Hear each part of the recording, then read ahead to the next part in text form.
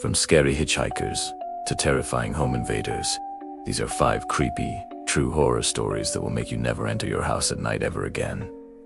Welcome back. I'm here, and tonight we're diving into some terrifying tales of people's worst nightmares coming to life. These stories come from real events and will leave you questioning the safety of your own home and wondering if you should keep your doors locked, even when you inside. So turn off the lights, lock your doors, and do you want to look under your bed because these stories are about to get real spooky. Let's dive in.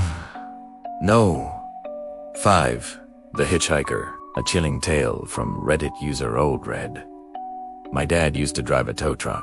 This is late at night, around 4 a.m. He gets a call of a girl stranded on the side of the highway. All alone, no car, just her and her stuff. She must have been 19 or 20 years old. He asks her where she is, and she tells him to follow her screams. So he starts driving down the highway looking for her screams. Eventually, he finds her standing on the side of the road screaming bloody murder. As he approaches, she stops screaming and runs over to his truck hysterical. She begs him to take her away from there. So he throws her and her stuff into the truck and offers her a ride home. She agrees. Then they start driving. But the whole way she's eerily silent. He drops her off at a house, and she thanks him profusely. He asked if she was sure this was the right place, and she replied yes. It was an isolated house with no lights on and a long driveway. At the end of the driveway, the girl jumps out of the truck and immediately turns to face him, revealing a huge smile. Her teeth were filed.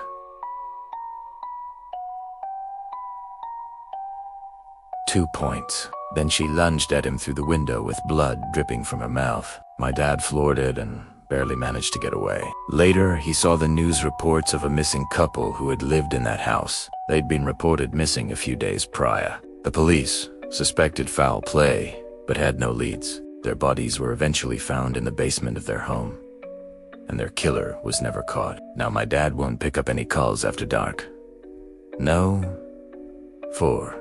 Creepy caller. A terrifying story from Reddit user, Not Even Trying. My husband and I were watching TV one night when the phone rang. We both looked at each other confused since everyone in our family had caller ID and no one was expecting a call. We let the phone go to voicemail.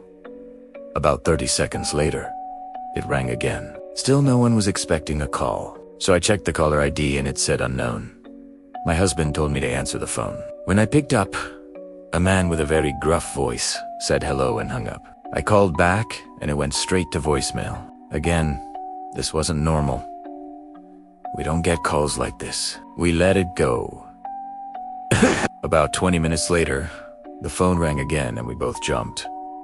This time my husband answered. The same gruff voice asked for someone by a name I've never heard before. I think it was supposed to be my maiden name. My husband told him he had the wrong number and the man got really angry. He started cursing and yelling about how he was gonna find us and kill us. Then, hung up. Still freaked out, we decided to change our numbers and get unlisted. To say we were shaken was an understatement. This was well before caller ID.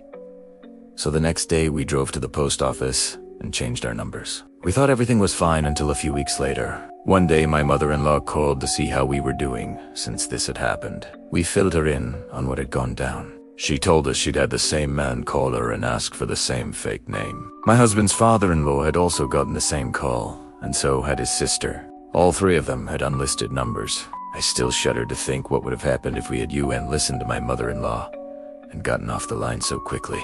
That gruff voice still haunts my nightmares. No. 3. Delivery gone wrong. A terrifying encounter shared by Reddit user Whoopsie Daisy. I used to work as a food delivery driver for a major chain. It was pretty decent money. I made good tips, and I was in and out of the restaurant quickly, so I made a lot of deliveries in one shift. I worked by myself, and I kept my phone in the car with me, so I could stay in contact with dispatch. Well, one night I was delivering to a high-rise apartment building. It was about 1:30 in the morning and I was exhausted.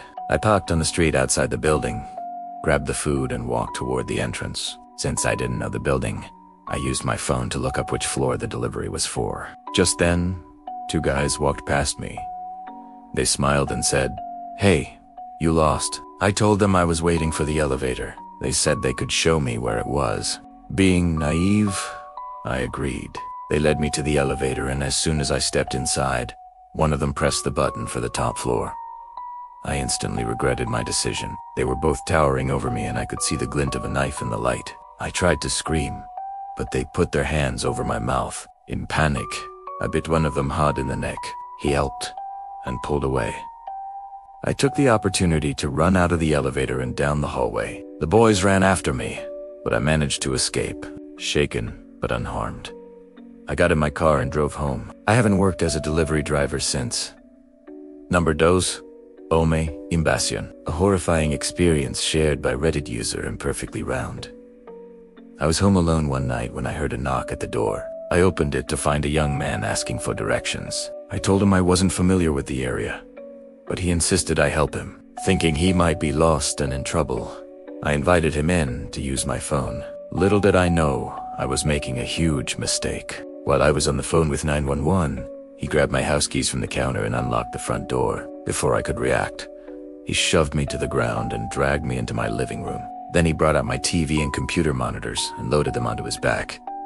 I screamed for help, but no one came. My neighbors were either too afraid to intervene or simply didn't hear me. The pup tied me up with some wire he brought with him and left me in my living room while he ransacked the rest of my house. I struggled to free myself and eventually managed to break the cord holding my gag and call for help. By the time the police arrived, he was gone. I was taken to the hospital with severe injuries, but thankfully I was able to make a full recovery. The police never caught the guy, and my house was destroyed. This traumatic event has left me with PTSD.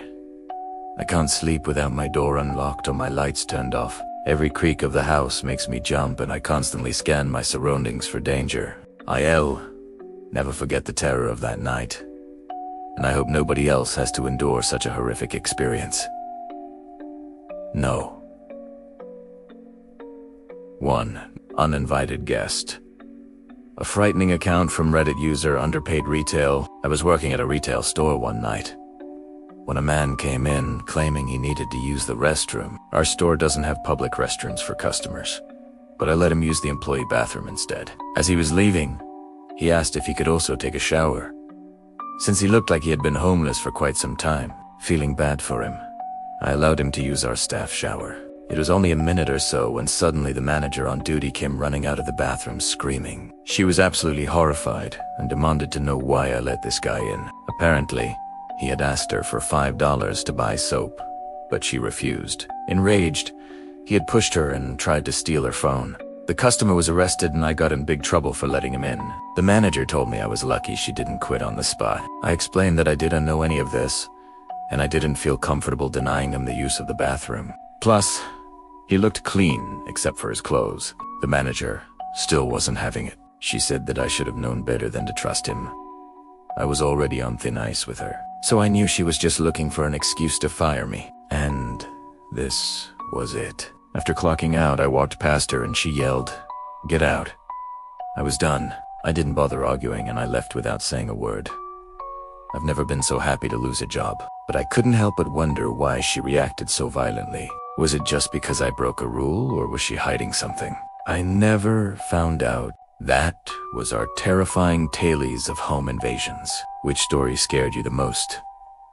Let us know in the comments below. And if you enjoyed this video, don't forget to give it a thumbs up and share it with your friends. Thanks for watching, and stay safe. See you next time.